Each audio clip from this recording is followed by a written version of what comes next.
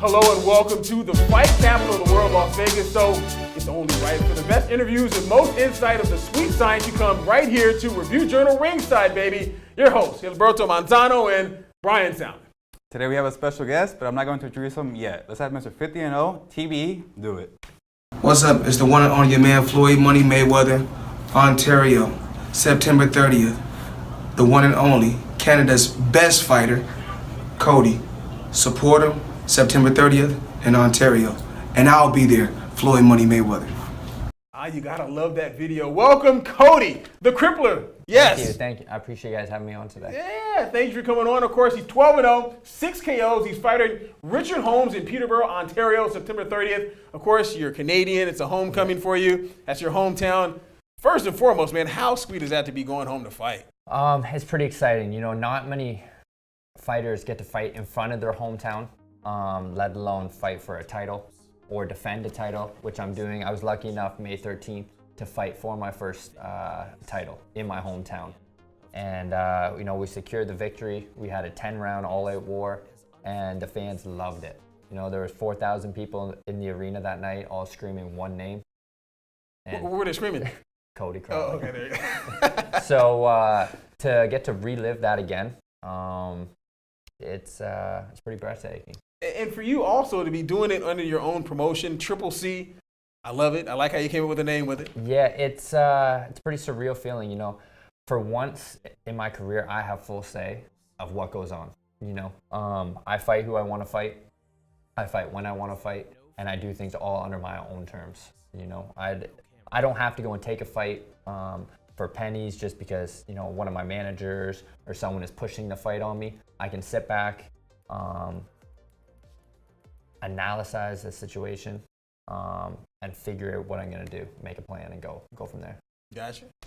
Well, Cody, you kind of sparred a lot of world champions in your time. Yeah, I believe right now I'm at like 15 or 16 world champs that I've been hired to box. So. Well, the best one was Floyd Mayweather, obviously, but you got to spar with him against the Manny Pacquiao fight, the Conor McGregor fight, the two biggest fights in combat sports history. For you, it's got to be a special feeling, right? Yeah, definitely. It doesn't get any bigger, you know. I think the first time I boxed Floyd, when I got in the ring and looked across at him, you know what? The best fighter in the world is going to come and give me everything he has. And, you know, half an hour later, I was still standing. So from that moment on, I kind of realized what I'm made out of and realized that I can go in there with anybody in the world. I'm guessing he called you because you're a southpaw, and Pacquiao's a lefty, McGregor's a lefty, so did you kind of give him some left shots in there? Yeah, that was the game plan, right? They hire a left-hand person because he's fighting someone left-handed, so he's got to get used to it. The timing, the distance is different. So it worked out both times, you know. He had a great showing against Pacquiao. He couldn't be touched, and then he goes in there, sticks right to the game plan with Conor, and makes it look easy and gets him out of there. Yeah, made it look easy. Now, the video we saw of Floyd kind of hyping up your fight that's coming up, you're doing a web series somewhat of a... Talk about that. That's pretty cool. Well, you know, I'm trying to come out with my own, actually, like reality TV show. Okay. The Chronicles of Cody Crowley. The Chronicles of Cody. So, Triple C again. Yeah. Right now, you know, we're doing like an all access for every one of my fights. Gotcha. You know, anywhere from a 2 to a 4-part series leading up to the fight, the build up of the fight. And obviously it's hard because I'm not at the stage where I can go fly my camera crews to Jamaica. You can't? Get the other guys, you know, all their training, everything like that. So we have to do it all from one side, which makes it extremely difficult. But I think we're putting in the right content that's gathering a following. You know, people are getting to know Cody Crowley, the person, and not so much just the boxer in the ring. So when they see someone that they feel like they know, they're going to tune in September 30th because they feel like they know me, you know, so they're rooting for me to win. No, I think it's a brilliant idea to do that. How much of that did you learn from, I mean, just being around Floyd? I mean, obviously you were around when the cameras were around, he was going through his Showtime stuff, so. Yeah, you know, Floyd's put the blueprint out there. He said it to, you know, everybody numerous times, numerous interviews. You put the work in, you promote yourself properly, and you sell tickets. And I believe that that's what I'm doing. You know, I'm putting the work in. I'm working with the best fighters possible. I am promoting myself extremely well, I think, for being a fighter and a promoter. You know, selling out arenas, This can be my fourth headlining event in the last year. You know, that I'm selling at an arena, and then obviously I'm selling tickets. So that's the blueprint right there. I'm following Floyd's blueprint on the ground level. Yeah. And producing, you know, HBO quality stuff, as you've seen. Yeah, it looks good. We're on ground level right now. So can you imagine when we get the resources and we're up here, when our, you know, idols become our rivals, we're going to be just blowing people out of the water. Don't forget the little people. Yes, sir.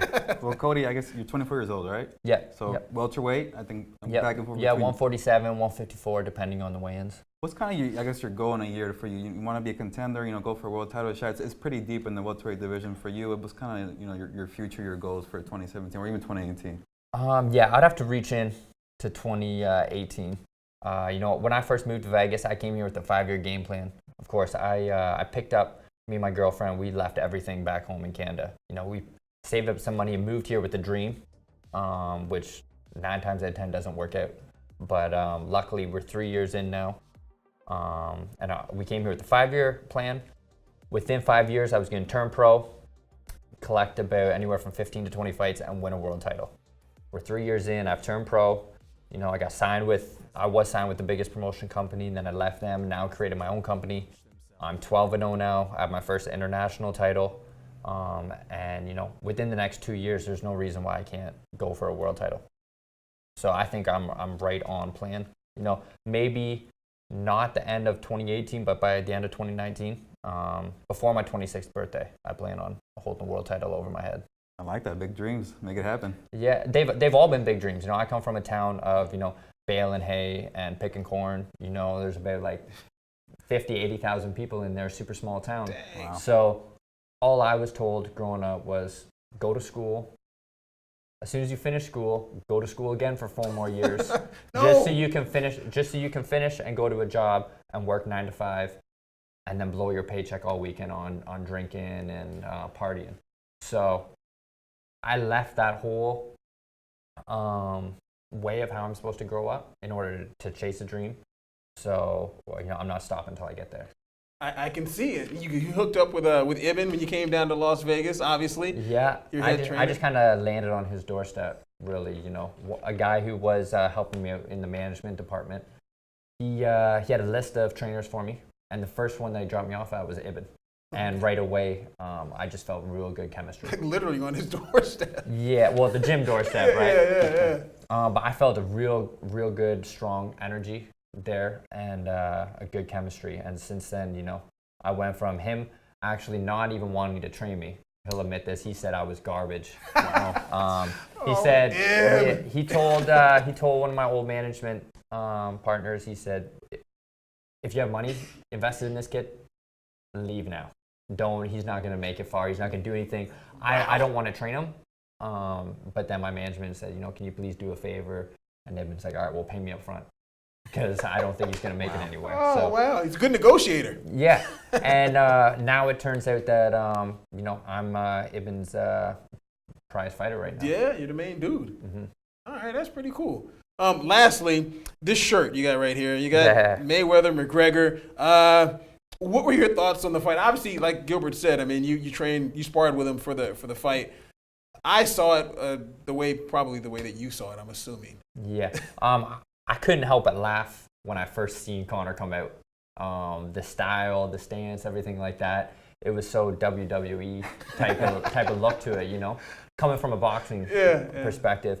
But the thing that blows me away is that I knew the outcome, right? That Floyd was going to win. Everyone knew that. But the amount of text messages that I had after the fight of people saying, "No, Conor did so much better than I thought he would do." Yeah.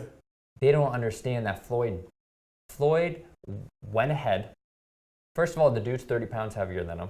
Floyd walked a dude down who's 30 pounds heavier just with his hands up. He didn't try to slip any punches or nothing. He just played in the pocket, poked holes in the guy's gas tank every now and then, and knew that you know, he was inexperienced, he was green, and eventually he's going to realize that he didn't belong in there and just quit himself, basically. And that's exactly what happened. It just got to the point where Conor gave up. A lot of people said that Floyd looked like he was 40 years old. His age, it was kind of on the decline. But you got to spar with him. So what exactly did you see in Floyd from camp? You must have. Yeah, no, Floyd looks like a 20-year-old Floyd in camp. Anytime he steps in the ring, it's a show, right? You got all those cameras around, all those people around you. You can't afford to have one bad day or even get hit by one bad punch in the gym. So every day is a fight for Floyd in the gym. But he didn't have to go out there. He didn't have to prove a point of not getting hit or anything like that. He did that with the Pacquiao fight, and everyone said it was a waste of money. It was boring. It's so true. He can't win, right? Yeah, exactly. Can't He 100% sat in front of the camera and said, "I'm coming to him." The whole world seen that. And what did they see that Saturday night? Floyd put his hands up and walked towards him. There you go. And Floyd said, "I'm gonna knock him out." And what did he do? I believe he got the TKO. Guaranteed it too. All right. Cody the Crippler Crowley. Yes, sir, thank My you for having me man. on. Yeah, thank you very much. And one more time, Cody. just go ahead and let the people know you're fighting September 30th Yes. in Peterborough, Ontario in Canada. I'll be fighting Richard Holmes for the CPBC International title at 154 pounds. Make sure to check it out online or come in person and witness it live. There you go.